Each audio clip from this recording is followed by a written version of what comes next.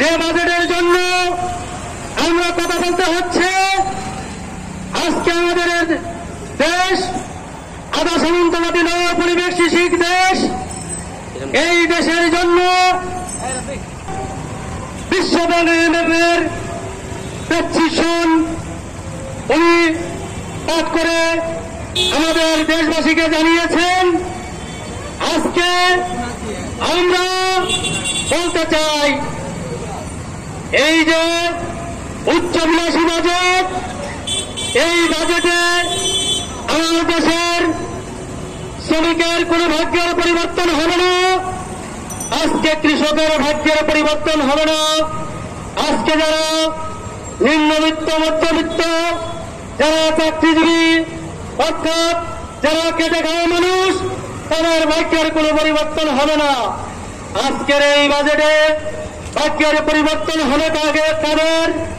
আজকে যারা ঢাকা 2 সিটির মেয়র আছে, সিলেট সিটি কর্পোরেশনের মেয়র আছে এবং এদের সমতুল্য যারা আজকে সরকারের যারা এমপি মন্ত্রী আমলা আছেন, তাদের ভাগ্যের পরিবর্তন হবে। কিন্তু এই উচ্চবিলাসী বাজেট দিয়ে আজকে আমার মতো একজন শ্রমিকের ভাগ্যের কোনো পরিবর্তন হবে না।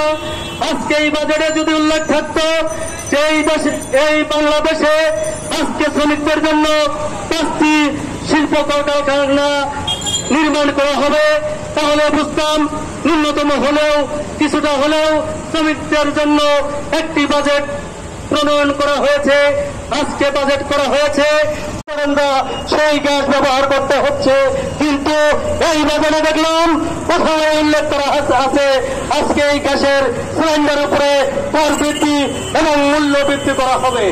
সংগ্রামী সাথী বন্ধুগণ, এবং আজকে যেখানে 70-95 জন জনসাধারণ মোবাইলের উপরে নির্ভরশীল, আজকে সেই মোবাইলের উপরে সিমের দাম বাড়ানো হয়েছে এবং আগে যে মোবাইলে 100 টাকা যদি মোবাইলে রিচার্জ করা হতো, আগে সেটা আমরা হিসাব করে দেখেছি 28% ভ্যাট নিয়ে থাকতো, যদিও সেটা 15% ঘোষণা দেওয়া, কিন্তু সেটা আজকে এই বাজেটের প্রেক্ষিতে সেটা 28% থেকে প্রায় 40% গিয়ে দাঁড়াবে।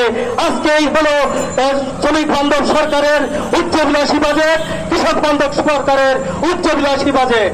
আজকে এই বাজেটের মধ্য দিয়ে আমাদের এই দেশের যারা সিএনজি চালক, তাদের সিএনজির যে ব্যয়বহুল খরচ, সেই খরচ বাড়বে, গ্যাসের দাম বাড়বে।